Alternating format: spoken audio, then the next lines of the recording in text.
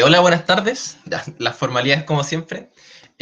Soy Juan Jara y bueno, yo soy compañero de la Constanza, desde primer año de la Universidad en Pedagogía en Historia que estamos juntos y yo cacho que igual hemos sido como ya más amigos ya en todo este proceso y me pidió que si es que podía hablar un poco acerca de un tema que bueno, actualmente y en el pasado ha generado bastante controversia, ha generado bastantes opiniones divididas y muchas veces también ha generado desinformación en lo que respecta a cuál es la verdad o cuáles son las verdades.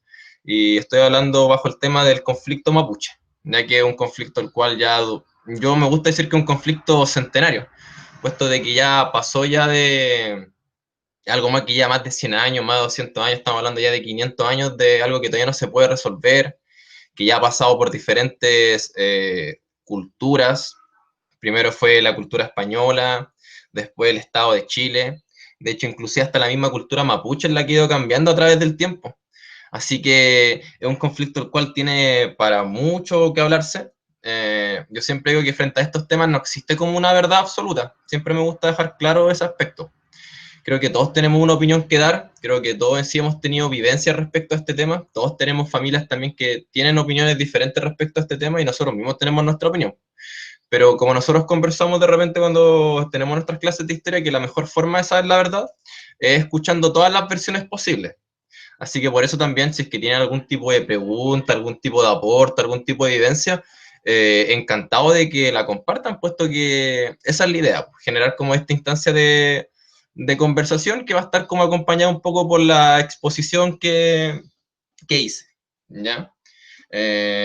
Ya, pues entonces voy a empezar a como a compartir pantalla. Bueno, y también me gusta decir, a ver, vamos a hacer comparte primero, compartir.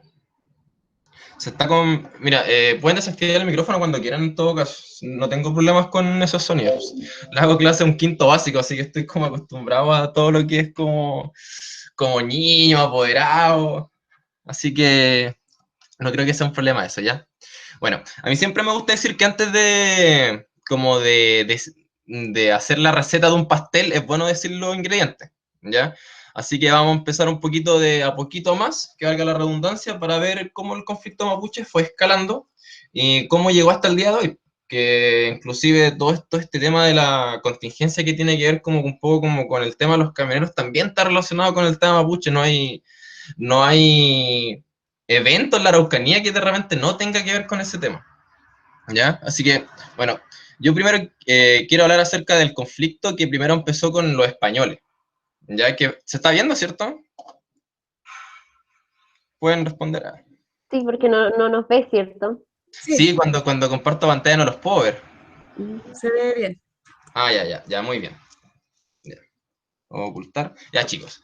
Entonces, quiero hablar desde el principio, desde el momento en que los mapuches se encontraron con los españoles, cercano al año 1536, y cómo fue evolucionando hasta el año 2020, que es un conflicto que se mantiene, yo creo que se mantiene el mismo problema, pero han cambiado solamente los objetivos, ¿ya?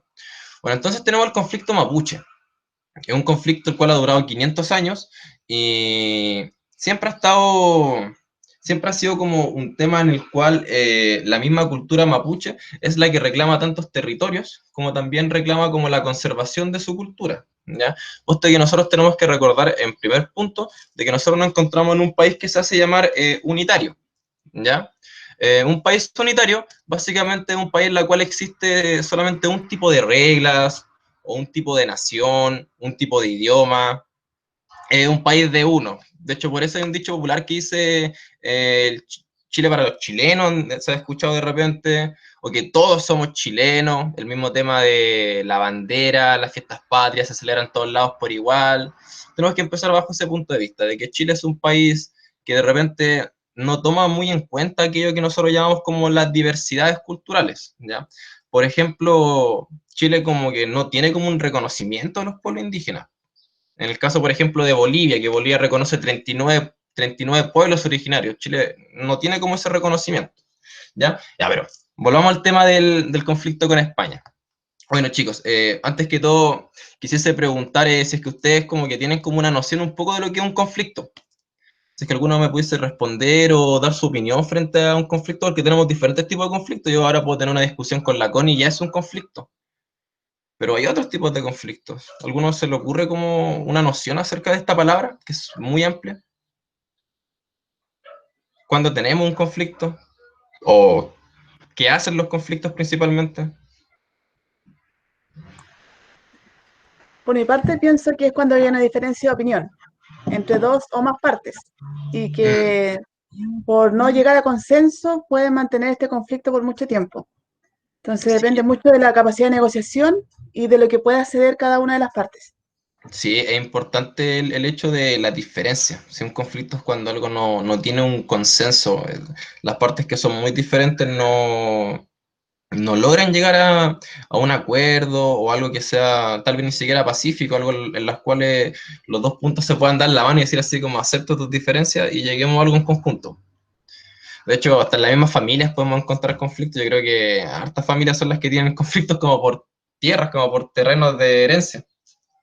Podemos encontrar conflictos en todos lados. De hecho, yo creo que es cosa de poner conflicto en las redes sociales y ya nos van a aparecer conflictos en Medio Oriente, conflicto en Rusia, conflicto en todos lados, ¿no? Bueno, volviendo al tema de la historia, chicos, eh, tenemos que ver el tema de la conquista de Chile. ¿Ya? Cuando Cristóbal Colón llegó a América, una de las primeras cosas que se tomaron en cuenta, o de las que pactó Cristóbal Colón con los reyes de España, fue de que toda tierra conquistada en América, o de hecho en cualquier lugar, le iba a pertenecer a la corona española, ¿ya? A los reyes católicos, en ese punto de vista. ¿Ya? Así que muchas personas empezaron a venir acá a América, ya sea por barco, principalmente. Venía gente de diferentes orígenes, de repente eran personas las cuales querían tener más fama, gente que era ladrona se vino acá a América, nobles a los cuales con el paso del tiempo fueron perdiendo su fortuna. Llegaron muchos tipos de personas acá a América, ¿ya? No fueron necesariamente ese español con armadura, tipo soldado, sino que vino gente de diferentes orígenes, ¿ya? Bueno, y así fueron conquistando el Imperio Azteca, que se ubicaba en México, luego pasaron por el tema de Perú, el Imperio Inca, y ahí fueron bajando lentamente y conquistando. Bueno, en el caso de Chile, el principal conquistador en este caso fue Don Pedro de Valdivia, el cual él se encontró con los mapuches por primera vez en el año 1536 y se lo encontró, como podemos ver en este mapa, donde se encuentra este puntito rojo, en un lugar que se llama el río Perquilauquén, que queda cerca de Talca, entre Parral. Aquí tenemos a Parral, ¿qué más tenemos? San Carlos, en la zona centro, la zona guasa, como se le suele decir. Bueno, en este río fue donde tuvo el primer encuentro con los mapuches, en la cual fue una batalla sangrienta, puesto de que los españoles no esperaban tanta resistencia. De hecho, cuando, a ver, alejé un poco el mapa, cuando, ay, podríamos decir que desde Arica, que es el comienzo de Chile, hasta Santiago, encontraron poca resistencia. Los pueblos indígenas que se encontraron eran súper inferiores en cuanto a armamentos. Ya se encontraron con los dieguitas, los cuales básicamente peleaban con roca, con los atacameños, con los aymaras. Se encontraron con muchos pueblos los cuales no ofrecieron una resistencia. Los españoles ya tenían la armadura, ya tenían el arma de fuego, inclusive los españoles hasta peleaban con el tema de los perros. O sea que los indígenas en ese momento estaban muy, muy mal parados para una guerra. Sin embargo, se encontraban con los mapuches, una cultura que ya tenía una tradición guerrera. De hecho, siempre es, puede ser un mito o puede ser una teoría, algo que todavía no está comprobado, de que los mapuches estaban en constante guerra. Estaban en constante guerra. El mismo hecho de que dicen de que los mapuches tienen un origen acá en el Amazonas, fueron bajando por todo lo que es Paraguay, Uruguay, Argentina, declarando guerra contra los otros pueblos indígenas, hasta llegar a lo que es nuestra zona, ¿ya? Bueno, también un aspecto importante del pueblo mapuche es que fueron también uno de los pocos pueblos que le pudieron ganar a los incas, puesto que los incas también tenían un imperio súper grande, un imperio que estaba en Perú, estaba en Bolivia, Ecuador, Colombia, y también hasta esta zona. hasta la misma zona en la cual se encontraron los españoles con los mapuches. Y como se dice de manera vulgar, los mapuches le dieron cara frente a esto y los expulsaron. Bueno, eso podría ser como la primera vez que se encontraron con los mapuches. Ahora también me gustaría hablar un poco acerca de por qué, quiénes son estos dos bandos que se encontraron en batalla durante 300 años aproximadamente. ¿Ya? ¿Se ve el PowerPoint, cierto, Connie? Sí, Juan. Ah, ya, muy bien. Gracias, Connie. Bien. Bueno, entonces hablemos un poquito de manera breve de lo que es la cultura mapuche en aquellos tiempos. Son una cultura en la cual se encuentran muchas etnias. De hecho, ya decir mapuche es como una forma de decir latinoamericano. Ya así como latinoamericano encontramos a peruanos, encontramos a bolivianos, argentinos, chilenos, el mismo caso ocurre con decir mapuche, puesto que de acuerdo a la zona donde se encuentren van teniendo una diferente denominación y una diferente cultura. Por ejemplo, en el norte se encuentran los picunches, que estos fueron con los que se encontraron Pedro de Valdivia en un comienzo, que es la gente del norte, puesto que picún es norte y che es gente. Luego tenemos hacia el sur, tenemos a los huilliches, que son la gente del sur. Todos estos se ubican, podríamos decir, desde Osorno hasta Chiloé, ¿ya? También tienen otras tradiciones, serán pequeñas, pero son pequeñas tradiciones que marcan la diferencia. También tenemos a los lafkenches, que son la gente del mar o la gente de la costa. Estos los podemos encontrar, por ejemplo, cerca del lago Budi. Bueno, y en realidad, como dice el nombre, en toda la costa. Y finalmente tenemos dentro de lo que es Chile a los pehuenches, que son la gente del Piñón, la que está más cercana al Alto Biobío, a Lonquimay, Curacautín, que, como dice su nombre, tiene una cultura más relacionada con la ingesta del piñón. Y aquí en la zona centro podríamos encontrar al mapuche genérico, por decirlo, ¿ya? El que está más cercano a la zona centro. Bueno, y en todo caso, los mapuches no solamente se encuentran en Chile, sino que ya cruzando la cordillera nos encontramos con diferentes denominaciones. Por ejemplo, tenemos a los tehuelches, que son la gente brava. También tenemos a los pampas. Bueno, entonces mapuche podríamos dejar en claro que es una abreviatura, es una forma de agrupar a muchas etnias que tenían muchas cosas en común, como el idioma, inclusive hasta los mismos dioses que tenían, o la organización, cómo ellos se juntaban. Así como nosotros nos juntamos en ciudades, los mapuches también tienen su propia forma de organización, que son los LOF, que lo voy a explicar un poco más adelante. Ya un poco como para hacer más concreto lo que estaba explicando recién, los mapuches se agrupan en territorios. No es lo mismo que un país, sino son territorios, el lugar donde ellos habitan. Así como, por ejemplo, nosotros podemos decir que actualmente el puma se encuentra en toda la cordillera, que la cordillera empieza desde sur a norte, empieza cerca de Punta Arenas y termina ya en Canadá, en la zona del puma. Nosotros podríamos decir que los mapuches también tienen una zona de hábitat. Pero no tenemos el Gualmapu, que es todo el territorio donde habitan los mapuches, ¿ya? No es un país, sino que es la zona donde ellos se encontraban. Y el Gualmapu se puede dividir en dos partes. El primero, que es el Gulumapu, que es la zona que se encuentra hacia el oeste de la cordillera, que es nuestra zona, y el Puelmapu, que es el territorio que se ubica para el lado argentino, hacia el lado este de la cordillera. Gulu significa oeste y Puel significa este. ¿Ya? Así que prácticamente la misma gente de Argentina les puso Gulumapu a la gente que se encontraba acá en el actual Chile, y la misma gente de Chile le puso Puelmapu a la gente que se encontraba en Argentina. ¿Ya? Y Mapu significa, obviamente, tierra. ¿Ya? Ahí viene Mapuche, la gente de la tierra. Y bueno, ¿y cómo se organizaban los mapuches y qué lo hacía diferente, por ejemplo, a los españoles? Es de que ellos se agrupaban en LOF, que podríamos decir que son familias, son grupos grandes, pero que no alcanza, por ejemplo, a ser una villa, a ser un pueblo, sino que es algo más minúsculo, algo más, con mayor tradición, pero hacia adentro. ¿Ya? Son grupos emparentados. Como podemos ver en esta imagen, que ya está un poco más del presente, podríamos decir que el LOF es lo más parecido a una comunidad, ¿ya? O podría ser una comunidad, de hecho, ¿ya? Pero no tenían como esta agrupación de ser chilenos, sino de que yo pertenezco al LOF del cacique, del cacique Calpucura, por ejemplo, y pertenezco al LOF del cacique Quilapán, por ejemplo. Esa era su representación, a ellos representaban, no representaban, por decirlo, al país mapuche, pero todos tenían cosas en común, así que eso también les generaba un sentimiento de agrupación, pero más que todo representaban a su LOF, ¿ok?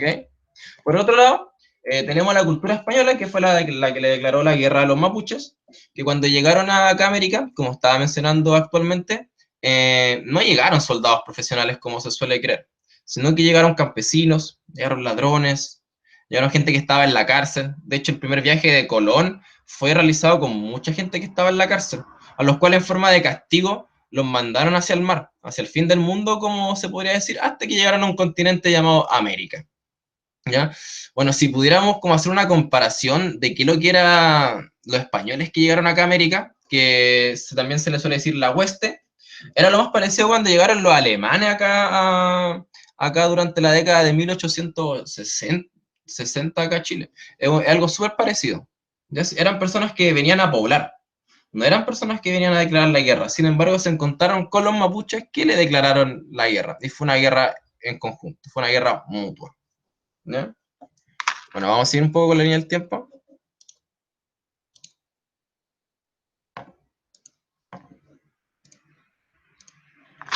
Bueno, entonces, luego del primer encuentro, pasó un proceso en el cual se declararon la guerra por más de 50 años se declaró una guerra que fue tirada hacia el lado de los mapuches, por decirlo. Los mapuches ganaron las principales batallas. ¿Ya? De hecho, inclusive los mismos mapuches mataron a Pedro de Valdivia en la batalla de Tucapel. De hecho, esta foto representa ese momento. Aquí tenemos al Toki Lautaro. El Toki era la persona que dirigía prácticamente todas las escaramuzas o todo lo que tenía que ver con los temas de guerra. ¿Ya? Y como también se puede ver en la imagen, tenemos caballos conquistados, puesto que el caballo no proviene de América, los mapuches se adueñaron del caballo, lo hicieron procrear y se hicieron ávidos o expertos cabalgadores a caballo. De hecho, fue uno de los elementos que los españoles más les costó aceptar, por decirlo, que los mapuches dominaran como el arma con los cuales ellos le ganaban al otro indígena. Bueno, y también empezaron a ocupar el tema de la arma, el tema de los cañones. Aquí podemos ver un mapuche que está con un gorro. Así que de a poquito el mapuche le fue demostrando al español de que era un enemigo poderoso, recordando palabras del estallido social. ¿Ya? Bueno, también el español cabe recordar que una de las características que tiene es que le encanta fundar ciudades. Cuando hice mi tesis, se trató un poco acerca de eso, de cómo los españoles hacían la guerra, cómo los españoles conquistaban, cómo los españoles le decían al enemigo, nosotros estamos acá y te vamos a declarar la guerra. Y una de esas cosas era crear ciudades, crear fuertes. Sin embargo, los mapuches destruyeron todos esos fuertes. Ciudades que todavía existen fueron destruidas en el pasado. Por ejemplo, Villarrica, Imperial, Purén, Angol, Concepción, fueron muchas ciudades que en el pasado se fueron construyendo con esta necesidad de decir nosotros estamos acá. Y generalmente siempre cerca de un río. ¿Ya? Bueno, cosas que ayudaron a los mapuches en todo caso a ganar las primeras guerras y que hasta el día de hoy se sigue considerando el tema del ambiente natural, ¿ya? Que también es un tema al cual, bueno, aquí estaba hablando un poco acerca de las ciudades, que se me olvidó mostrar esta viñeta. Aquí tenemos un conjunto de ciudades las cuales se fundaron en un comienzo. Tenemos La Serena, Valparaíso, Santiago y Mendoza, que fueron las primeras ciudades de este territorio. Sin embargo, mientras iban avanzando y conquistando los españoles, se fundaron las ciudades que estaba mencionando recién. Concepción, Angol, Valdivia, Arauco, Purén, Tucapel, Osorno y Villarrica. Teniendo siempre como punto límite el río Bío. ¿Ya? Bueno, aquí tengo una pequeña lectura que dice, los españoles tenían la tradición de fundar ciudades en los lugares conquistados. ¿Puedes ver en el mapa que las ciudades están agrupadas principalmente en dos zonas? Bueno, eso va como una pregunta como un poco destinada a ustedes, pues, de que, por ejemplo, aquí en la zona centro no podemos ver ciudades, y aquí en la zona norte tampoco podemos ver ciudades. Aquí los españoles pasaron corriendo frente al tema de los indígenas. Les ganaron y siguieron de paso nomás. Aquí decidieron fundar una ciudad. Y aquí ocurrió el mismo caso, siguieron de largo nomás. Entonces, ¿por qué en esta zona fundaron más ciudades? ¿Cuál sería como una explicación para esto?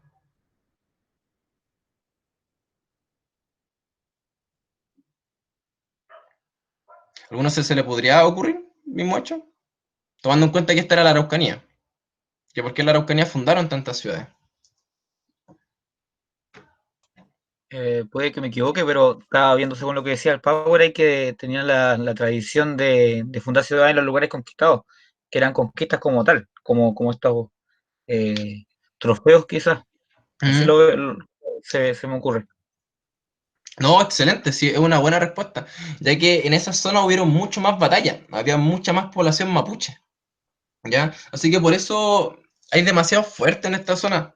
De hecho, cuando uno recorre el río Biobío, se va a dar cuenta de que incluso todavía no los descubren, hay demasiados fuertes que están ahí en ruinas. Ya, como estaba diciendo, los mapuches pudieron ganar las primeras batallas debido al ecosistema que tenían, que se le denomina la selva valdiviana, que podemos ver en las fotos que es un ambiente súper tupido, un ambiente que se destaca en naturaleza.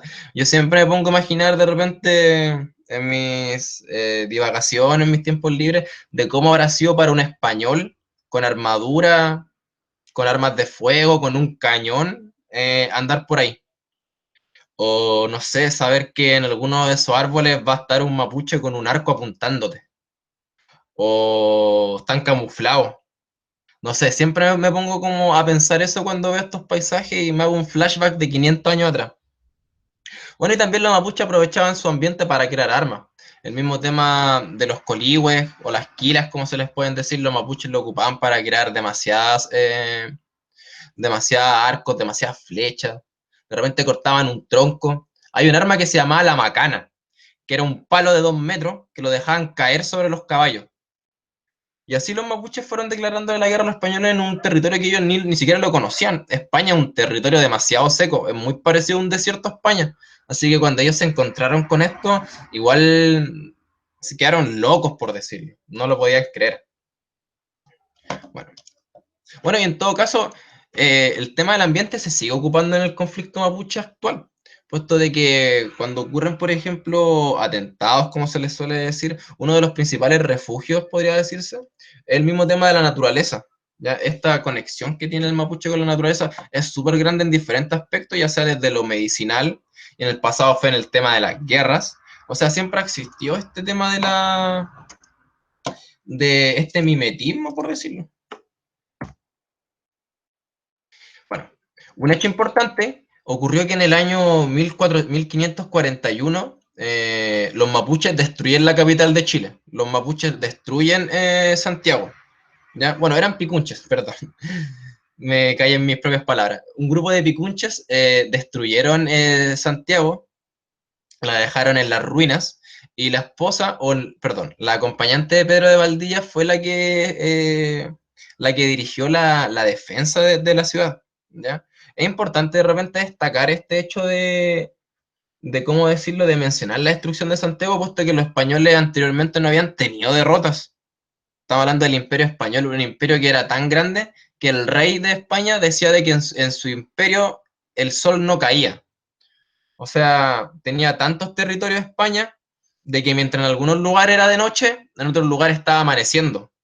Así que nunca era un imperio súper grande y los mapuches pudieron destruirle una de sus capitales que tenía acá en tierra americana. ¿Ya? Bueno, cuando pasó el tiempo, los españoles se empezaron a dar cuenta de que podían declararle una mejor guerra a los españoles. ¿Ya? La balanza se empieza a equilibrar. Pero esto fue un proceso que fue súper largo. De hecho, a ver si vamos hasta acá. Sí, muy bien. Los españoles empiezan a ocupar nuevas armas, por decirlo, empiezan a darse cuenta de las tácticas que tienen los mapuches y comienza un proceso que es como una guerra en la cual empieza a morir demasiada gente. Empieza a ser como un bañadero de sangre. Pero ahora para ambos lados, como podemos ver en esta imagen, podemos ver de que ambos ocupan los caballos, ambos están en condiciones de lanza, si bien uno ocupan el fusil y otro ocupan el arco, de repente el fusil acá en la zona sur no funciona porque tiene pólvora y la pólvora se mojaba. Así que prácticamente era hacer pelear a gente con hacer pelear gente, sin ningún motivo claro. ¿Ya? Bueno, otro hecho importante es que en el año 1598 los mapuches logran matar a un gobernador de Chile, que es como si actualmente los mapuches mataran a un presidente de Chile, que era Martín García de Loyola. Cuando pasa este hecho de matar a Martín García de Loyola, lo cual lo mataron cerca del río Lumaco, y ahí se establece la frontera. Así, de hecho, por eso la Universidad de la Frontera y hartas cosas acá del sur de Chile poseen este epíteto de la frontera, puesto de que los españoles dicen ya, Hasta acá llegó la conquista de Chile y hasta acá llegó la extensión del Imperio Español. Bueno, acá hay una foto de un fuerte, que es el fuerte de Purén, que era como un ejemplo de los fuertes que estaba mencionando anteriormente. Y esta frontera está marcada por un río, que es el río Biobío. O sea que del norte del río Biobío era territorio español y del sur del río Biobío era territorio mapuche, como se le suele decir. ¿Ya? ¿Ya? Sí, me parece. Bueno, luego de muchas guerras, sucede un hecho súper importante, que son los parlamentos. Nosotros actualmente ocupamos la palabra parlamento como para referirnos a la instancia donde están los senadores y los diputados. Pero en el pasado un parlamento era cuando se juntaban muchos mapuches, se juntaban muchos españoles y se declaraban la paz. Llegaban a ciertos acuerdos. Por ejemplo, por tantos indígenas, tú me vas a pasar tantos españoles. ¿Ya? Por tanto dinero, por tanto oro, vamos a declarar la paz. Bueno, y todos estos parlamentos también fueron declarados siempre un ambiente de fiesta, ¿ya? Muchos corderos, muchas vacas, mucho vino, eran fiestas en las cuales se llegaban a la paz, ¿ya? El primer parlamento que hubo, o el más importante durante los primeros años, era el parlamento de Quilín, que como dice ahí, fue entre Cholchol y Galvarino, ¿ya? Prácticamente estaban hablándose dos culturas ya diferentes que presentaban diferentes tipos de organización. Al español le gustaba más la ciudad, vivir un poco más de lo que era el comercio, vivir un poco más de lo que era la administración, todo este tema que tiene que ver con que exista un rey, existan gobernadores. El mapuche se organizaba, como decíamos, en LOF, pero cuando sentían una amenaza se agrupaban todos los LOF y le declaraban la guerra a los mapuches. O sea que ya tenemos dos formas de administración totalmente diferentes que están equilibrados en la balanza, o sea, ninguno era superior que el otro, pero llegaban a pequeños acuerdos. Sin embargo, estos acuerdos de repente no llegaban, eran solamente el tema de las palabras, simplemente era el tema de la fiesta. Bueno. Sin embargo, con el paso del tiempo, la población mapuche fue bajando, ¿ya? Un hecho súper importante es que los mapuches podían ser esclavizados, ¿ya? De hecho, cuando los españoles iban a conquistar México, iban a conquistar Perú, a ellos les pagaban en oro. Y los españoles venían encantados acá a América en busca del oro. Era lo que más les gustaba. Pero acá en Chile no había oro. De hecho, actualmente hay muy poco oro. Así que el gobierno español o el rey español, para poder incentivar a gente que venga acá al sur de Chile, se aprobó la esclavitud, ¿ya? Y se pagaban una cantidad de oro, que tampoco era menospreciable, por mapuche, por indígena. Y generalmente los mandaban a trabajar a dos lugares, principalmente a minas, o los mandaban a trabajar al campo. También estaba el tema de la encomienda, que por ejemplo cuando Pedro de Valdivia llegó acá a Chile, lo primero que hizo fue agrupar a los indígenas y se los pasaba a los españoles, para que trabajaran para ellos. Era una condición parecida a la esclavitud, pero con otro nombre, ¿ya?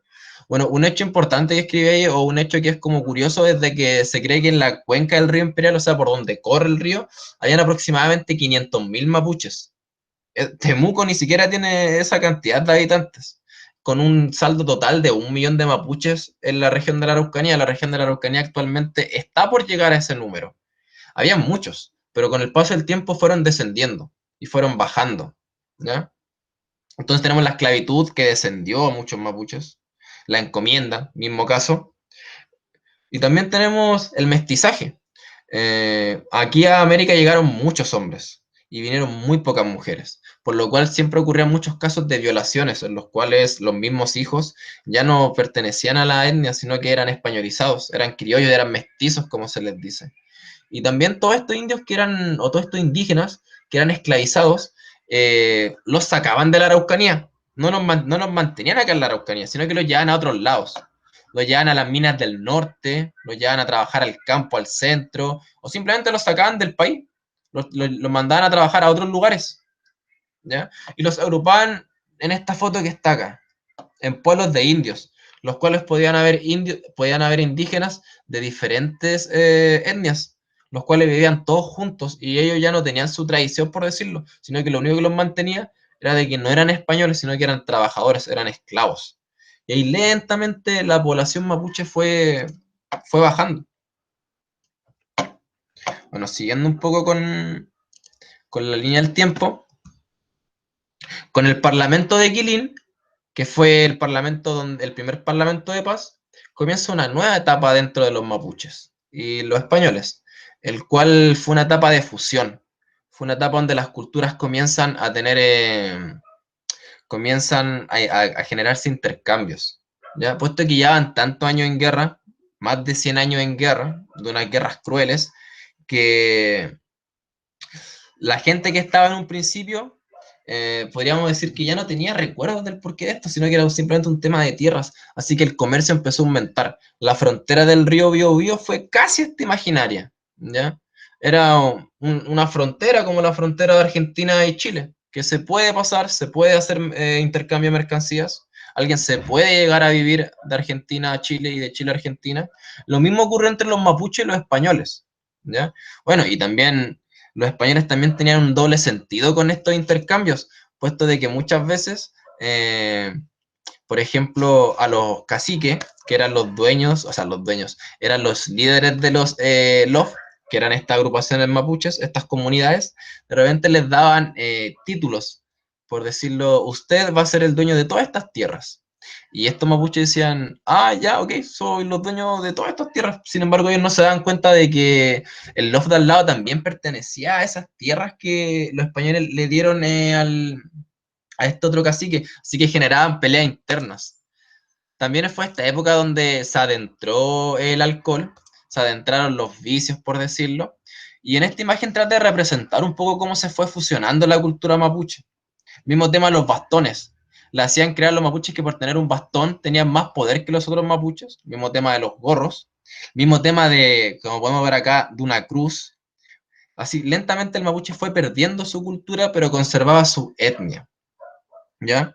Bueno, y también seguían ocurriendo pequeñas guerras. Pues, como estábamos diciendo, el mapuche nunca tuvo esta unificación como lo tenía el Imperio Español. Así que mientras, por ejemplo, las que se encontraban en un extremo del río Biobío se encontraban en una situación de paz, de intercambio, de comercio, los que se encontraban al otro extremo del río Biobío puede que se encontraban en una guerra con los españoles. O sea, no había nunca como una forma de situación, sino de que pasaban muchas cosas. En historia nos enseñaron de que era una puerta giratoria, ¿ya? En el sentido de que entraban y salía la gente, entraba y salía la gente, no había algo en común. Y la situación se mantuvo así, ¿ya? No había unificación en nada. Hasta que, y como un hecho súper importante, ocurrió uno de los parlamentos más importantes de esta junta entre mapuches y españoles, que fue el Parlamento de Negrete. Pero como estaba diciendo anteriormente, pues los parlamentos nunca tuvieron mucho éxito, puesto de que los LOF no representaban a todos los mapuches. Por ejemplo, podían ir todos los LOF del norte, pero no representaban a los del sur. Así que decían, ya no nos sentimos representados, porque tengo que tener paz con los españoles. Sin embargo, en el año 1793, o sea, ya estamos hablando 200 años desde que se descubrió esta zona con mapuche por parte de los españoles, 200 años desde que empezó esta guerra, Ambrosio Higgins, el papá de O'Higgins, de Bernardo Higgins, hizo un parlamento. Fue el parlamento más grande que ha existido, ¿ya? En este parlamento, por ejemplo, participaron 1.500 soldados españoles y 2.380 mapuches. Es un número bastante considerable para la época. Y lo más importante es que en este parlamento los españoles reconocen por primera vez de que el territorio mapuche era independiente, puesto que si bien antes estaba la frontera, los españoles no querían o no querían aceptar de que ese territorio era de ellos, sino que ellos seguían declarando la guerra. En 1793 los españoles lo aceptan, dicen ya, de aquí para arriba, territorio de la corona, de aquí para abajo, territorio mapuche, pero de manera oficial, pactado, hasta el rey firmó este parlamento, o esta decisión, como se suele decir. Ya. Entonces, a modo un poco de resumen de cómo fue esta guerra entre españoles y mapuches, podemos afirmar finalmente de que fue una guerra de civilizaciones que eran parecidas, ¿ya? Ambos querían mantener su territorio, ambos querían, por decirlo, ambos querían mantenerse, y lo que tenían en común era el tema de de una guerra, por decirlo, y que con el paso del tiempo se fueron mestizando, se fueron uniendo, ya hasta el punto en el cual ya no había motivos por el cual hacer guerra, si eran las mismas personas, por decirlo, el tema de la frontera. Sin embargo, hubo paz aquí en este momento. Sin embargo, con el paso del tiempo, no se detiene la presentación, llegamos ya a la independencia de Chile. Y fue el proceso en el cual los españoles se tuvieron que ir de la zona. La nación chilena o el Estado chileno logra tener una victoria. Logra expulsar a los españoles, se logra la independencia. Y aquí yo le quise poner un poco como de título donde hubo fuego, cenizas quedan. Puesto que hubieron muchas cosas del, ¿cómo decirlo?, de estos parlamentos que no se lograron concretar. Los mapuches aún no se sentían cómodos con la presencia de invasores en el norte. Así que vamos a ver un poco acerca de cómo fue esta relación entre ahora Chile y los mapuches. Bueno, insisto, si es que tienen preguntas las pueden preguntar, no, yo no tengo ningún inconveniente en resolver las preguntas.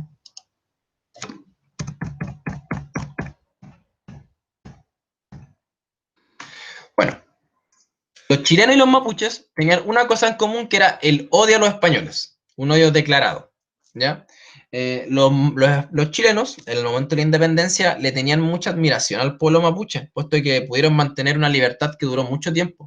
De hecho, este es un poema que escribieron de la gente acá del sur que dice, la gente que produce Chile, o sea, los autóctonos, los mapuches, es tan granada, tan soberbia, gallarda y belicosa, que no ha habido por rey jamás regida, ni extranjero dominio sometida.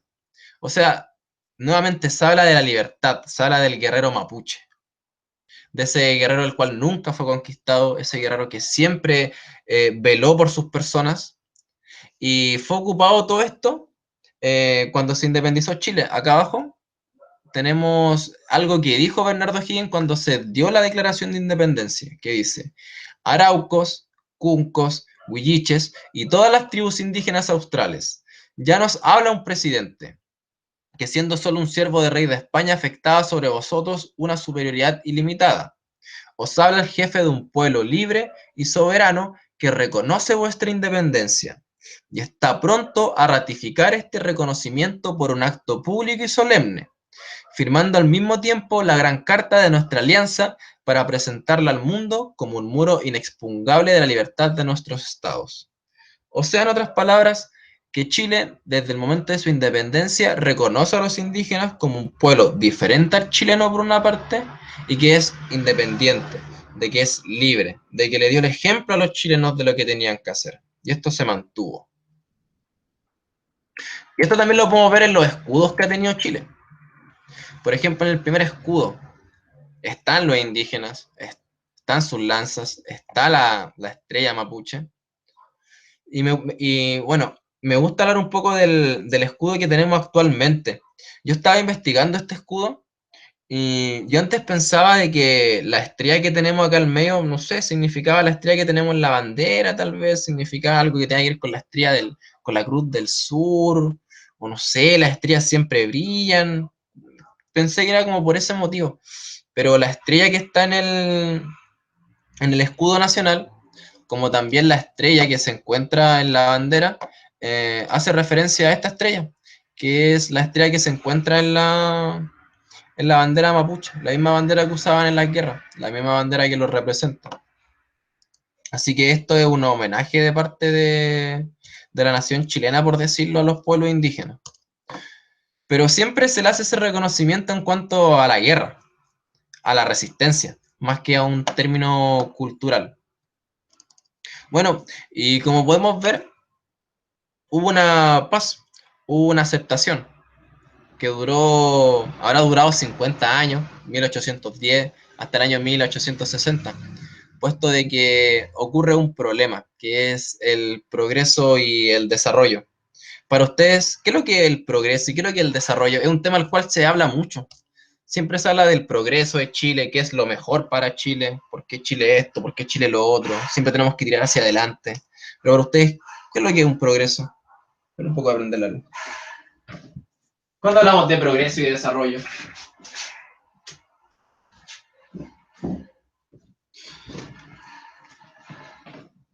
Por ejemplo, tenemos como el progreso económico, que es como cuando la gente tiene más plata, por decirlo. También tenemos el progreso moral, que es cuando la gente empieza a ser mejor persona.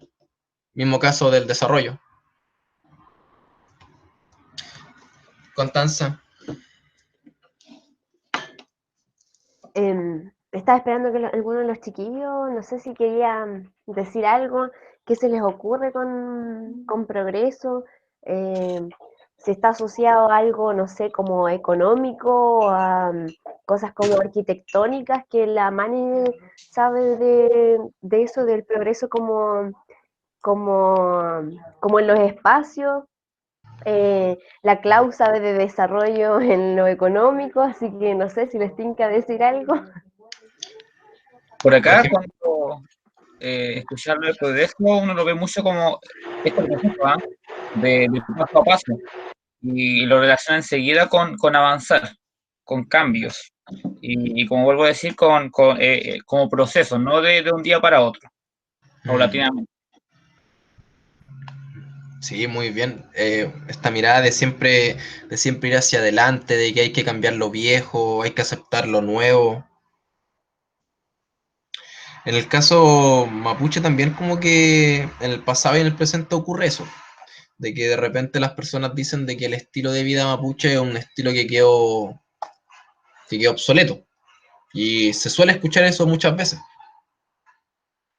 Los españoles hacían el mismo hecho, de que por qué había gente viviendo en rucas si los españoles vivían en ciudades. Tenían, tenían edificios que eran más grandes, tenían comercio, tenían dinero, tenían armas.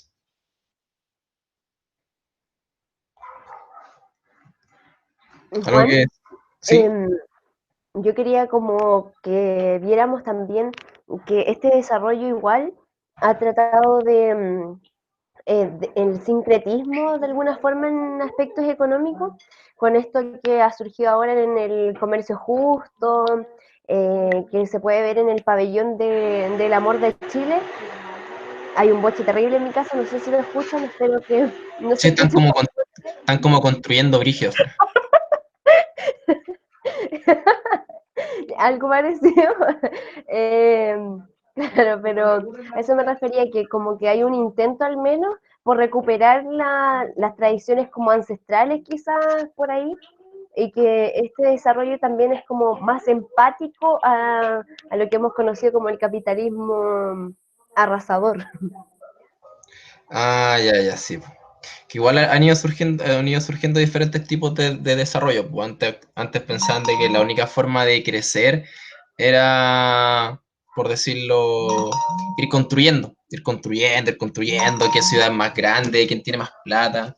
Pero sin embargo, ahora tenemos otro desarrollo, tenemos el desarrollo sustentable, un desarrollo que dice que si es que conservamos el medio ambiente se logra avanzar de una manera mucho mejor que, por ejemplo, romper un bosque para obtener una mina.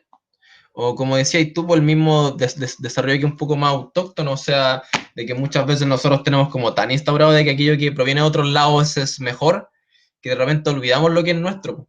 Y ahí es cuando habláis como del pabellón de Chile. ¿Usted ubica en el pabellón de Chile, chicos? Que queda al lado del Cerro Añelol, que es una construcción de madera grande. Ese. ¿Lo han Aquí visto? dicen los chiquillos, el Caco con la Claudia, que sí, que lo han visitado. Mm. Bueno, ese fue un pabellón que lo construyeron principalmente como para mostrarle al mundo lo que era Chile. Puesto de que habían hecho como una exposición en Milán, en la cual cada país tenía que representar un poco qué es su país. Y en el caso de Chile, la gente que hizo el pabellón o la exposición se fijó en el tema de la comida, pues decían que nosotros los chilenos, si es que tenemos algo en común, todos los chilenos, es de que tenemos una gran cultura en el tema de lo que es comer. Mismo tema de la once, de repente su rico, el compartir una comida. Así que la mayoría de esa exposición está destinada como a esto de cómo se produce el alimento en Chile, pues. Pero sin embargo, tiene un lugar que es como la sala de ventas, por decirlo, en la cual no están como los típicos productos que uno puede ver en un supermercado, que son como productos que son como como de grandes empresas, pues, sino que son como productos artesanales, por decirlo. Pero bueno, y ahí, como estábamos hablando al principio del desarrollo, pues, de que hay muchas formas de cómo crecer, de cómo las cosas tienen que ser bien. Pero en el caso del conflicto mapuche, tanto en el pasado como ahora, este progreso y desarrollo se ve de una sola forma. Vamos en el tema, nuevamente en el tema de la historia. En los años 850, 1880, hace aproximadamente 150 años atrás, teníamos un dilema como país, puesto de que teníamos a Chile, mapa de Chile,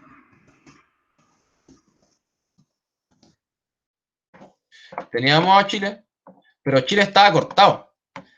Chile tenía un hoyo así, tenía una parte negra, tenía un agujero negro que a los políticos les rompía la cabeza, que era cómo anexionar todo ese territorio que era mapuche, cómo ese territorio iba a ser chileno, cómo podemos tener ese hoyo, o sea, cómo nos comunicamos de Concepción a Valdivia, por ejemplo. Y también teníamos otro conflicto, de que las personas que se encontraban ahí, ¿pertenecían a Chile o no pertenecían a Chile? Y ahí, lentamente, ese discurso que ocurrió antes, el discurso, por ejemplo, de Bernardo Higgins, o el primer poema que tenemos, fue cambiando. La gente empezó a decir, ellos, ellos son bárbaros, ellos son, ellos son atrasados, ellos son inclusive hasta tontos, como se les puede decir ya peyorativamente. Empezó a correr ese rumor por todo Chile. Así que, bueno, para poder darle una solución a esto, eh, pasó un proceso que igual los que estudiamos historia como que hemos tratado de cambiarle el nombre, por decirlo, porque se llama la pacificación de la Araucanía, que no sé si lo han escuchado alguna vez, que incluso aparece hasta en la historia actualmente este término, que fue como pacificar la Araucanía, generar paz en la Araucanía. No sé si lo han escuchado alguna vez. Yo creo que sí. Bueno, ¿y por qué querían el progreso? Bueno, para construir ciudades, para ocupar el campo, por decirlo, para plantar, como estaba diciendo, conectar Chile, conectar toda la Araucanía con el país. En el caso de algo ya económico, durante mucho tiempo la zona donde vivimos se le llamaba el granero de Chile, puesto que el 90% del trigo que se plantaba acá era el trigo del país y se exportaba a Australia, se exportaba a Estados Unidos. O sea, antes del cobre nosotros teníamos el trigo. Éramos un país de trigo, de pan, por decirlo. Bueno, lo que estaba diciendo anteriormente, las mismas personas que estaban en esa época, en una imagen del progreso, que yo no creo que en esa época haya sido malo, sino era lo que pensaba la gente, ¿ya? Estábamos en plena revolución industrial, el tren aparece, las ciudades empiezan a crecer de una manera exponencial. La gente antes para poder plantar un campo trabajaba un mes con las manos rotas, con instrumentos ¿cómo se llama? De metal, para poder plantar como una hectárea. Y en esa época aparecieron las máquinas ya que son a vapor. O sea, se dieron cuenta que la tecnología funciona. Y así es como fueron apareciendo estos discursos de odio para justificar un poco el tema de invadir la Araucanía. Por ejemplo, Vicuña Maquena, que fue un diputado que tuvimos, que dice que la historia había demostrado que el indio no era solo sino un bruto indomable, enemigo de la civilización, porque solo adora los vicios en que vive sumergido, la ociosidad, la embriaguez, la mentira, la traición y todo ese conjunto de abominaciones que constituyen la vida salvaje. O sea, ya se fue creando un poco como este estereotipo del indígena, este estereotipo que igual yo creo que se conserva hasta el día de hoy. Creo que muchas veces de repente escuchamos que el indio no trabaja la tierra, que el indio es borracho. Eh, Inclusive busqué como alguna frase tal vez de un político que diga eso actualmente. Aquí tenemos una, que es de Ricardo Meje, que era un exsecretario del Ministerio de Agricultura, que dice, debemos reconocer que el mapuche es limitado, le cuesta aprender matemáticas y otras cosas. Si no fuera por mí, que ayudé a mis compañeros indígenas, ellos no habrían aprendido. O sea, es un discurso bastante parecido, pues, que es de que mi inteligencia es superior a la tuya. O sea, lo que yo sé o lo que la sociedad me ha enseñado es superior a tu cultura mapuche, lo que tú has aprendido con los años. Por eso aquí yo le había puesto que de repente vivir en la ciudad, bajo los términos de ese tipo de desarrollo, es mejor que vivir como mapuche, según lo que ellos pensaban. Ellos no, por eso de repente dicen así como, les regalan tierras pero no las trabajan, porque es como un pensamiento el cual está basado en este tiempo, porque el tiempo de cómo decirlo, de que todo tenía que tener una recompensa económica, que muchas veces eso no ha jugado en contra, que pues tenemos tantos problemas medioambientales, de hecho. Bueno, y volviendo un poco a la historia nuevamente, el Estado de Chile, durante esos años, 1880, creó la pacificación de la Araucanía, que fue una campaña militar, que como podemos ver en esta foto, que lo voy a ampliar un poco más, ahí tenemos a Cornelio Saavedra, que fue el general que empezó esta campaña, que fue mandado por el Estado chileno, y tenemos rodeado a muchos mapuches. Pero como podemos ver, ellos están sentados, están como en una posición de escuchar, no están en una posición así como de iguales. De hecho, se puede ver hasta en la posición de sus pies.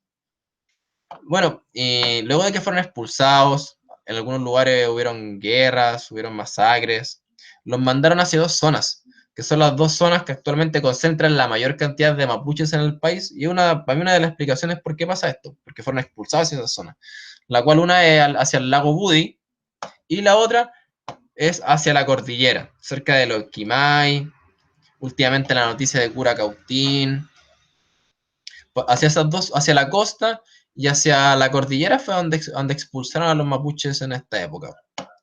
Algo que igual se mantiene hasta el día de hoy, es cosa de ver, por ejemplo, la composición de la gente que vive ahí. Podemos ver que la etnia mapuche es súper grande ya. Hay un gran porcentaje de población mapuche. Bueno, y ya con los mapuches expulsados de esta zona, comienza un proceso de colonización. Trajeron gente que eran de otros continentes, principalmente de Europa, puesto que en esa época se consideraba que era una raza superior. De hecho, la misma gente de esa época hacía como estudios que demostraban de que el europeo tenía cualidades que lo hacían más intelectual que otros. Por ejemplo, el tema, los científicos medían la cabeza de las personas. Por ejemplo, las personas que tenían un origen europeo tenían la cabeza más grande. Por ejemplo, ellos inducían que tenían el cerebro más grande y por ende eran más inteligentes.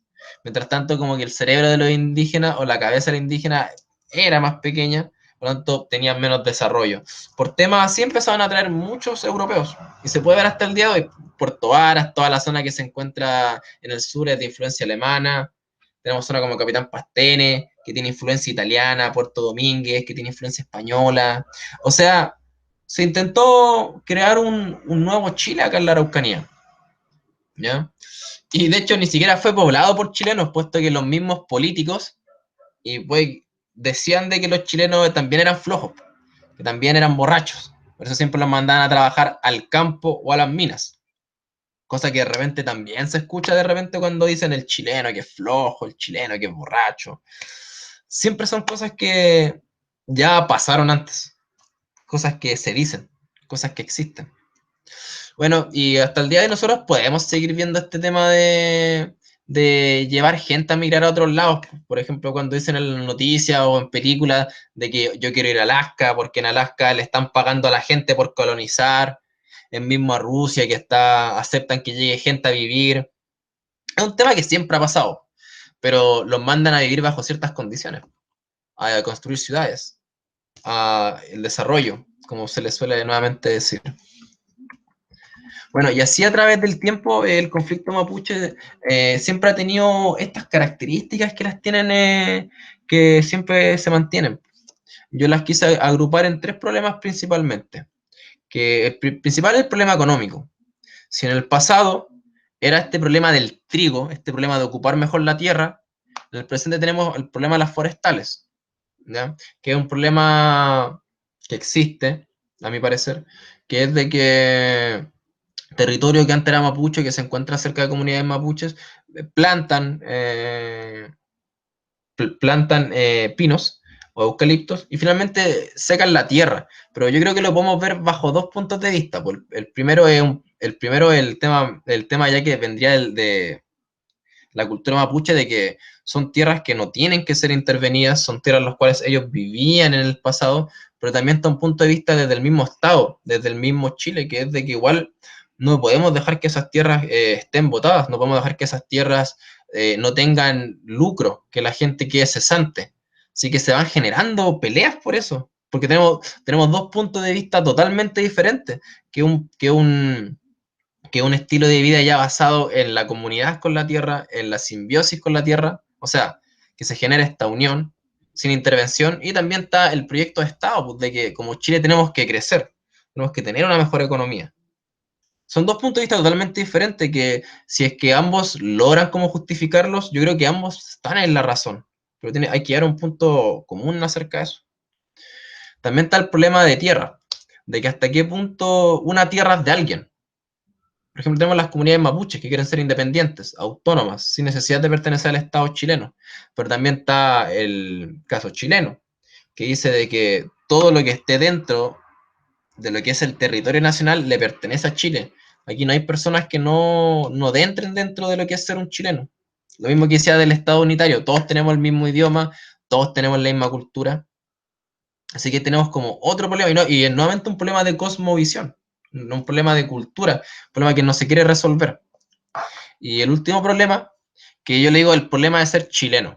Esta es una palabra que viene de España, puesto que en España existe el problema de ser español. No sé si han visto en las noticias de que, por ejemplo, en Barcelona, ellos ya no quieren pertenecer a España. O las mismas personas que son del norte, que son del País Vasco, que ellos tienen otro idioma diferente al español. Ellos ya no quieren pertenecer a España porque no se sienten españoles. De hecho, dicen, ¿qué es lo que es ser español? Si yo tengo todo diferente a los españoles. En el caso chileno, de repente ocurre eso, porque Chile es un país súper largo. Es un país que tiene demasiadas diferencias. O sea, no podemos decir que la gente que es del norte es igual a la gente que es de la zona austral. Tienen culturas diferentes, tienen palabras diferentes, tienen una historia diferente. Por ejemplo, en la zona norte nosotros podemos encontrar a los pueblos aymaras, a los atacameños, podemos ver a gente que antes pertenecía a Perú, mientras tanto en la zona austral, donde se encuentra Punta Arenas, donde se encuentra Coyhaique, Puerto Aysén, Puerto Williams, fueron ciudades las cuales fueron fundadas por gente que era de Serbia. O sea, entre Perú y Serbia tenemos muchas diferencias. El mismo tema de la cultura mapuche, como hemos estado viendo. O sea, bueno, y finalmente quise poner la imagen del guaso y la imagen de la china, porque muchas veces, a mi parecer, es como la representación de repente de lo que es ser chileno, de aquellas tradiciones que de repente no representan a todos, pero que sí es la forma de decir que somos todos chilenos. Bueno, ya como para ir finalizando, adjunté una canción de Violeta Parra que creo que de repente es súper acertada frente al tema del conflicto mapuche, que como estaba diciendo, yo no creo que hay una razón, puesto que tenemos las dos visiones, la visión de un Estado que quiere surgir, que quiere crecer, y la visión de un pueblo que ha estado constantemente en guerra y no ha sido reconocido, que no se le ha dado como esta forma de decir así como, ya ustedes viven diferente y pueden vivir diferente, pero sean parte de acá. Como que no se ha dado ese consenso. Y por eso a mí me gusta esta estrofa, por ejemplo. Así que Arauco tiene una pena más negra que su chamal. Vamos a buscarlo con un chamal porque yo no sé lo que es un chamal. Ya. Ya no son los españoles los que los hacen llorar. Hoy son los propios chilenos los que les quitan su pan. Levántate, Pailaguán. O sea, tenemos un conflicto el cual se ha mantenido por los años, por más de 500 años. Primero los españoles que querían formar un tipo de vida español, luego los chilenos que querían formar un tipo de vida chileno, por decirlo, pero la cultura mapuche siempre se mantuvo. Así que para mí es un tema complicado, porque siempre hay que conversarlo y ver todas las visiones diferentes. Y bueno, eso sería como una visión como histórica y algo actual de cómo ha sido el conflicto mapuche. Le quise dar un poco más de importancia a lo que tiene que ver como con la historia, puesto de que las cosas se van repitiendo, las cosas se mantienen. Y de repente en la misma historia se dice eso, pues de que cuando no se resuelven las cosas del pasado, repercuten en el presente. Es como el tema de tener una relación sentimental, pues si es que uno no cierra el ciclo, es difícil de que uno pueda tener otra relación. Así que, no, muchas gracias por escuchar y gracias, Connie, por la oportunidad. Así que si es que alguno quisiese compartir algo, preguntar algo, algo que le genere también curiosidad del conflicto mapuche, igual lo puede preguntar. Gracias a ti, Juanito, de verdad, yo creo que eh, aprendimos mucho, en mi caso recordé mucho que se nos pasa, se nos va, y siempre es súper bueno ver otras opiniones y puntos de vista acerca de un mismo problema. Entonces, no sé si los chiquillos querían preguntar algo, hacer una acotación, hablar sobre lo que ellos piensan de cómo hoy día está el conflicto, así que los escuchamos.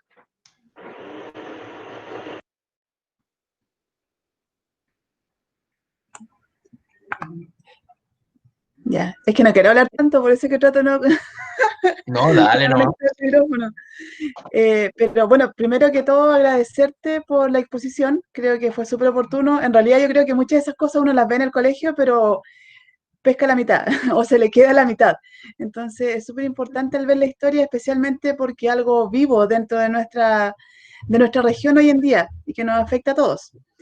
Frente a eso, sé que hay muchas diferencias y bueno, no porque sí también lleve tantos años este conflicto, pero tú que quizás tienes más experiencia, otro tipo de conversaciones con personas que quizás estén más insertas dentro del conflicto, ¿has visto alguna propuesta interesante que pueda ser más efectiva? Porque estamos de acuerdo que aquí tenemos que considerar ambas partes, que igual el ideal sería que ambas partes también vieran beneficiadas, o lógicamente, pero en lo real, ¿qué podríamos nosotros como proponer? Por ejemplo, si hiciéramos una mesa de diálogo y decir, ¿saben qué? Al gobierno X, ¿por qué no nos sentamos a la mesa con las dos partes o todas estas partes involucradas y conversamos tales temas? Mm. Una vez fui como a una exposición de un profesor que quiso abordar este tema, pero de una manera muy diferente. Que yo cuando la escuché yo quedé como, wow, como que nunca había escuchado esta forma de resolver el conflicto. Que él trata de resolver el conflicto a través del turismo, ¿ya? Ya. Por ejemplo, en el norte de Chile, para resolver el tema de conflictos, por ejemplo, entre comunidades que son aymaras y el Estado le pasó los parques nacionales a estas etnias. Y estas etnias mantienen el lugar, estas etnias cuidan la zona y también son los que cobran un poco para que la gente entre al parque. Él proponía que ocurriera lo mismo acá en la Araucanía. Por ejemplo, el Parque Conguillío, el Parque Huerquehue, y la infinidad de parques que se podrían crear acá en la Araucanía fácilmente podrían entregárselos a las comunidades mapuches y de que ellos les saquen el provecho a esas tierras. Igual para esto también para esto se requiere que todo este cuidado del medio ambiente, pero yo creo que aquí en la Araucanía el principal problema es como, ¿cómo decirlo? Que las actividades económicas ya están puestas, pues las forestales ya están acá, las minas ya están acá. Yo creo que se requiere como una mesa de trabajo en la cual paulatinamente estas actividades que afectan al pueblo mapuche, por decirlo, deberían como ir menguando de a poco, puesto que la idea tampoco es como cerrar una forestal y que se vayan y chao, puesto de que hay trabajadores ahí, hay economía en juego, pero también tenemos que tener en cuenta que eso mismo es lo que se mantiene el conflicto. O sea, creo que no hay que mirar, como escuché el otro día un político, no creo que se tiene que mirar de 200 años hacia atrás, sino que se tiene que mirar de 200 años hacia el futuro. Y no mantener 200 años más pelea con un pueblo indígena, sino tratar de buscar soluciones. Y yo creo que si es que el Estado tiene como todo ese poder, debería hacerlo. Yo creo que el principal problema son las forestales bajo ese sentido. Pero creo que la entrega de territorio y de que ellos lo administren, creo que es como la mejor solución. Es como lo que siempre se ha pedido. Pero no, quería mencionar eso del turismo porque es como algo que nunca he escuchado, así, nunca se me había ocurrido. Ok, ¿Y gracias. tú con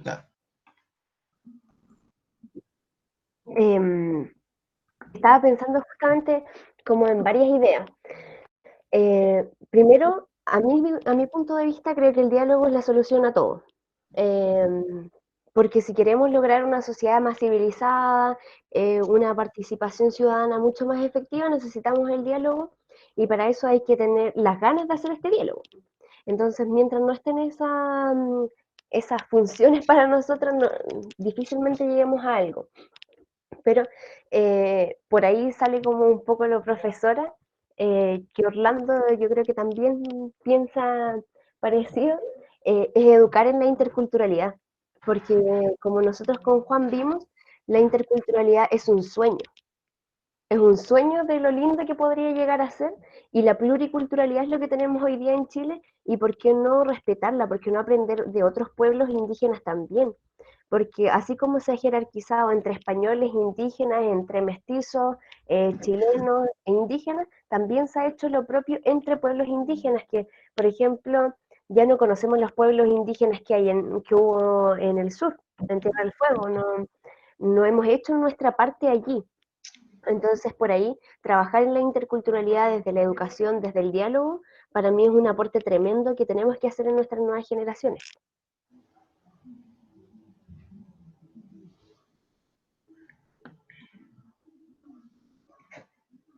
¿Qué dicen ahí? Con las personas que hablé no conocían de pueblos indígenas. En clase especial donde se enseña cultura tampoco están los pueblos indígenas como tal. Quieres enfocarte en la dictadura. No, sí, igual como le decía la Connie, nosotros acá en Chile ocupamos harto la palabra multicultural, que básicamente la multiculturalidad es como aceptar de que hay otras culturas, pero no estamos conscientes de las otras culturas. Por ejemplo, ya, nosotros somos de Temuco y estamos conscientes de que hay, de la novena región, disculpen. Somos de la novena región y nosotros sabemos que hay pueblos indígenas y qué bueno que existan los pueblos indígenas y estamos orgullosos de que hayan pueblos indígenas.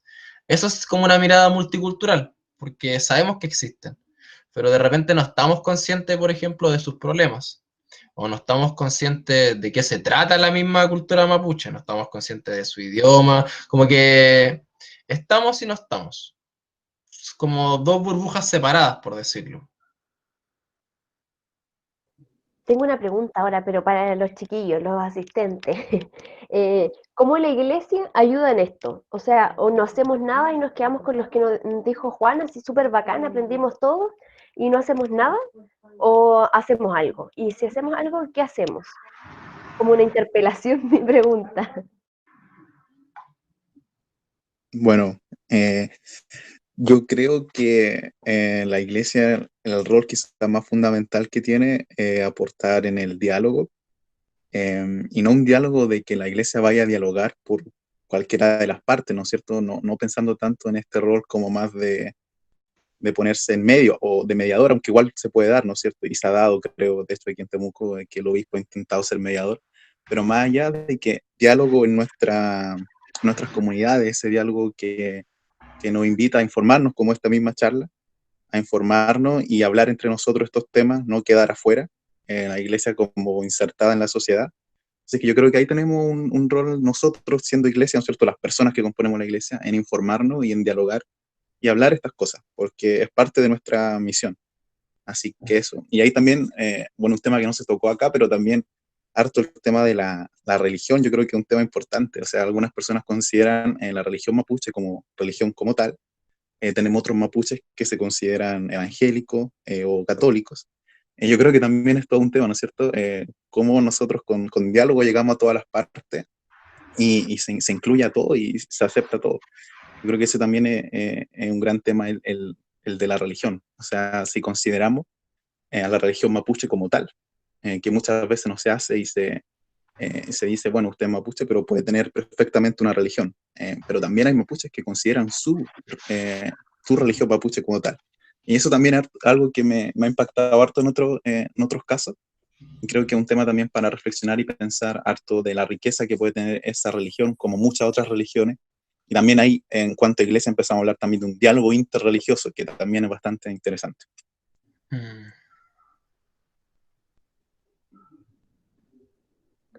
¿Alguien más como que le tincaría decir algo de cuál es el quehacer de la iglesia dentro de este conflicto? Quizás que se escapa de nuestras manos, obviamente, porque es como político, estructural, pero hay algo que podemos hacer nosotros, como esto, pero ¿qué se les ocurre para más adelante, para las proyecciones a futuro de nuestras pastorales, de nuestro decanato, de la diócesis, o nosotros mismos como personas?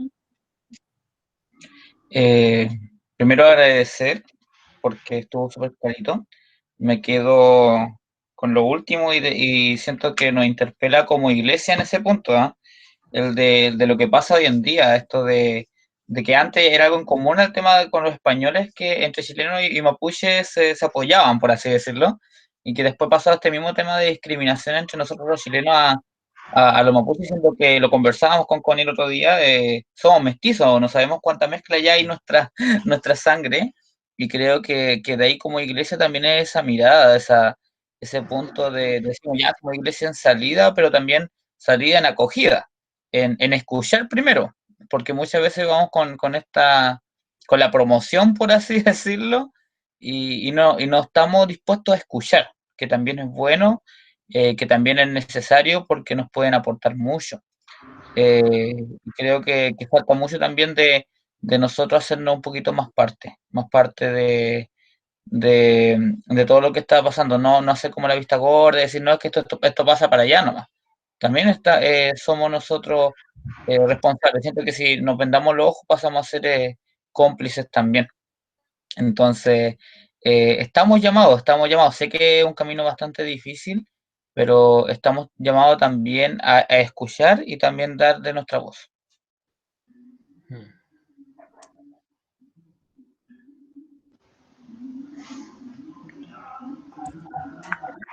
¿Sabes qué? Disculpen, bueno, no va relacionado con lo que preguntaste, Connie, pero a mí me hace mucho sentido y mucho ruido hace harto tiempo en el trabajo donde estuve anteriormente. Recuerdo que una persona trató de aunar un idioma para el pueblo mapuche, porque no existe, en realidad hay distintas formas como se ha ido traduciendo, porque como es más oral, ha sido muy complejo. Entonces, en ese sentido, también se ve como que el pueblo mapuche no ha logrado entre ellos mismos poder poner más cosas en común y quizás ahí habría mucho más fuerza. Por ejemplo, ¿a qué me refiero? Con los huilliches, ya los puelches, si o sea, se unieran un poco más y lograran más cosas en conjunto, también tendrían una postura un poco más fuerte, quizás. Porque recuerdo que ese fue un trabajo de, si mal no recuerdo, unos 3 años, y no llegaron a consenso entre ellos. Entonces, súper complejo el momento de tratar de generar diálogo con otros, porque también van a haber posturas diferentes.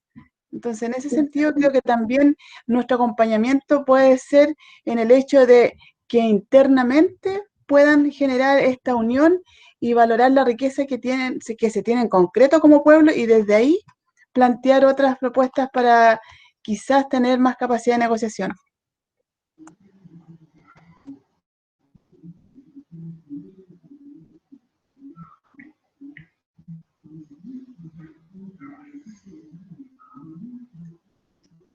Ah, pensé que iba a hablar con él. No, totalmente, pues sí, igual en este sentido el diálogo tiene que ser desde todos lados, pues. Y también si estábamos hablando de que el pueblo mapuche tiene diferentes etnias con diferentes requerimientos, se necesita como este punto de unión, puesto que o si no finalmente se va a ocurrir lo mismo que pasó con los parlamentos de los españoles, pues de que lo que van a pedir los mapuches va a ser solamente un grupo pequeño de mapuches, no va a ser como en un conjunto.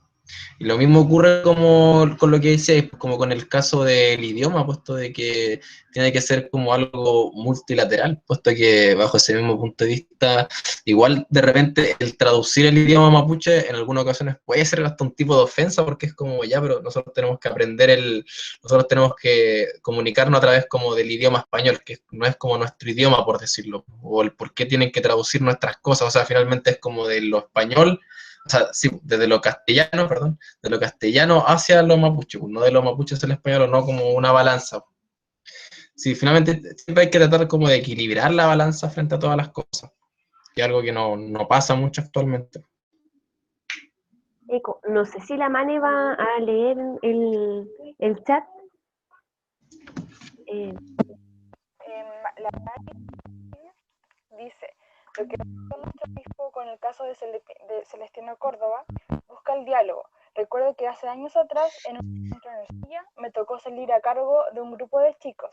Y bueno, a la comunidad, a lo largo de Temucuicui, a las mismas personas nos decían que la iglesia ha influido muchísimo en el diálogo que han tenido con las autoridades desde entonces. Dice, Algo hace como una diferencia ahí donde la Mane, pero yo al menos entendí de que hay como tal vez un poco de influencia de Apaga la máquina, Perdón. Es apaga el tractor. peor que no estaba hablando la Mane con interferencia, pero bueno. Lo que quería decir es que ha influenciado la iglesia como el diálogo.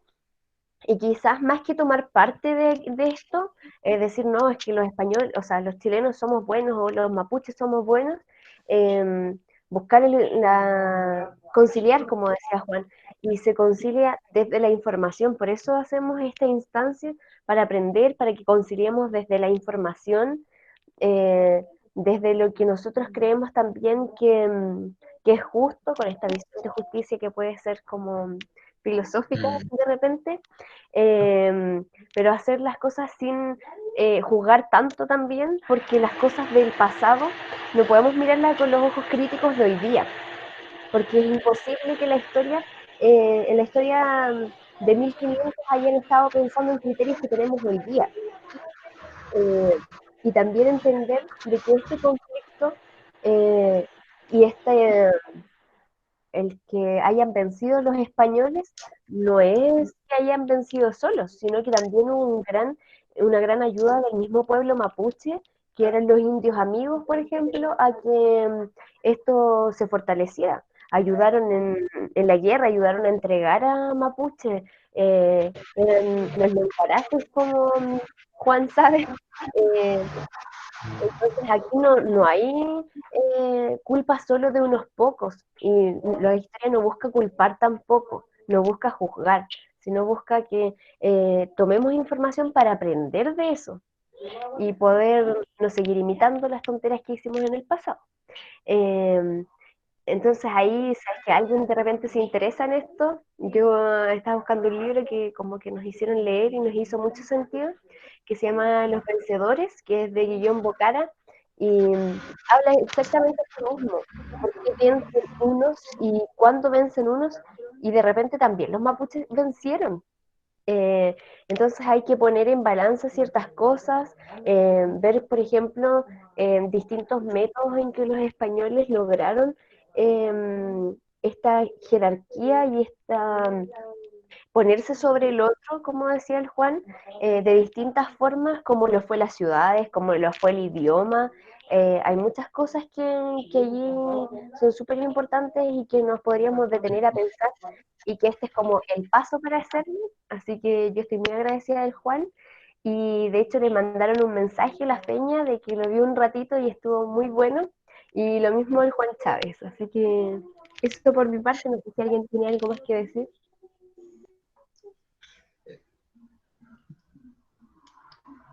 ¿No? Y también siempre darle un énfasis de repente a lo que, como para ir terminando, lo que es como lo autóctono que tiene uno.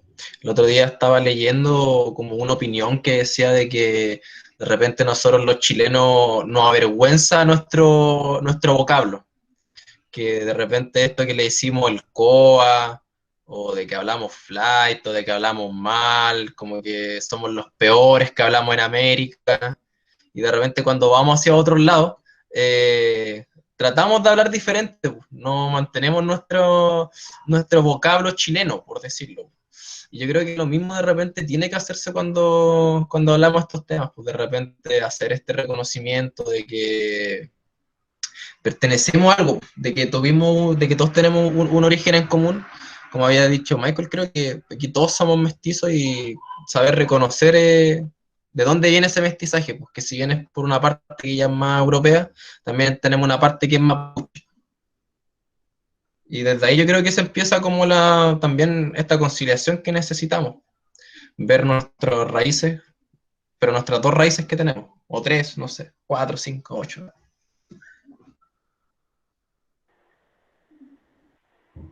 Y eso igual que se construye, pues, de que no somos netamente mapuches en nuestra cultura, o netamente españoles, netamente chilenos, porque son procesos de construcción súper largos y que no terminan. Así que eso, no sé si alguien más quiere decir algo. Yo estoy muy contenta al menos de que resultó bien, de que aprendimos algo, recordamos algo.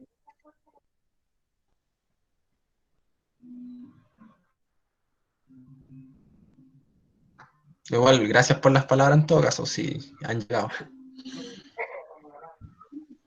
No sé si la Ángela quiere hacer la despedida final que tenía preparada. ¿Está ahí la Ángela? ¿No ha muerto?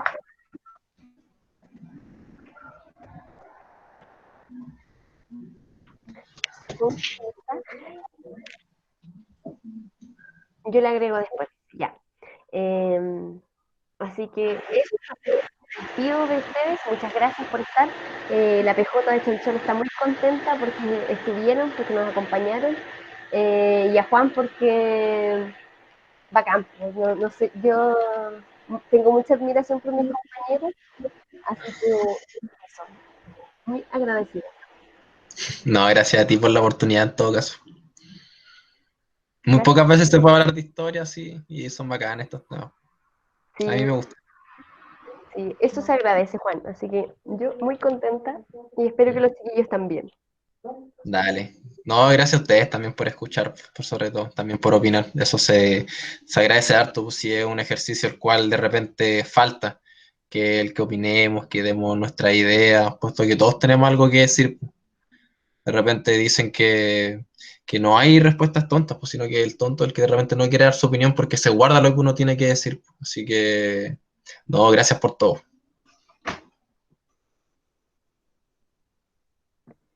Chao, nos vemos, que Chao, estén cuídense, que les vaya bien. bien, nos encontramos en otra oportunidad. Adiósito.